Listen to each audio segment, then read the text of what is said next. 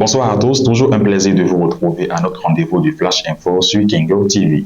L'Agence nationale du domaine et du foncier a adressé lundi 4 décembre 2023 un message à l'endroit de la population au sujet d'une opération de collecte des données cadastrales à Cotonou, capitale économique du Bénin. Des précisions et invitations de l'Agence nationale du domaine et du foncier.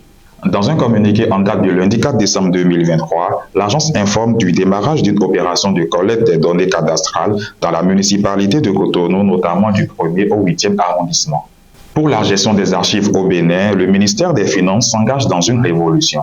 La direction des systèmes d'information du Bénin a organisé mardi 5 décembre 2023 à une journée de réflexion pour sortir une politique de gestion des archives du ministère de l'Économie et des Finances. C'est à l'occasion de la 9e édition de la journée des archives du ministère.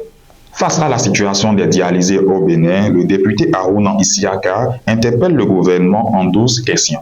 Le gouvernement béninois est appelé à clarifier la situation des dialysés à la représentation nationale. C'est alors que le député Harouna Issiaka a adressé une série de 12 questions orales à l'exécutif pour comprendre la situation de ces malades.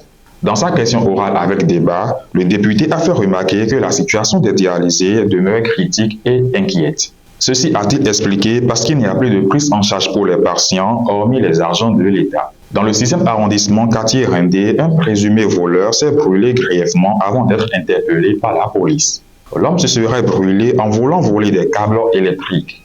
Les faits remontent à la nuit du 1er au 2 décembre 2023. Le présumé voleur dans son agissement a sectionné des câbles en cuivre reliant le transformateur au disjoncteur qui alimente cette zone. Cet acte a donc provoqué une coupure de l'énergie électrique dans la zone.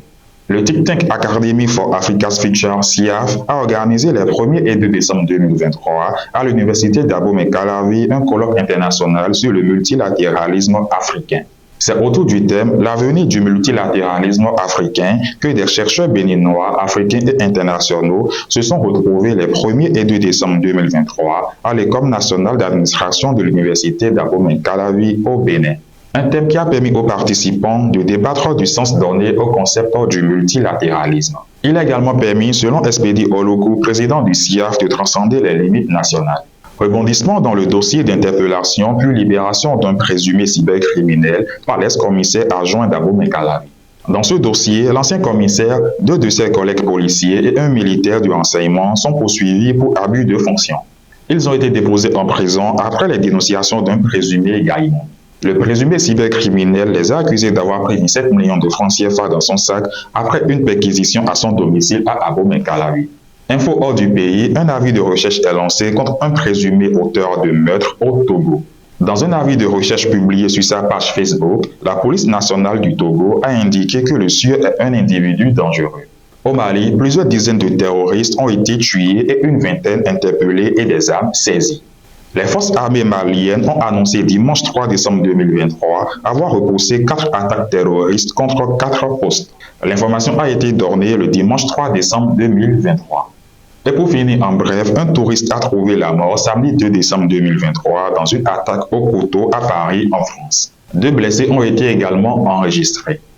Et c'est tout pour le Flash Info de ce jour. Merci de toujours nous suivre. Nous vous donnons rendez-vous pour le prochain numéro.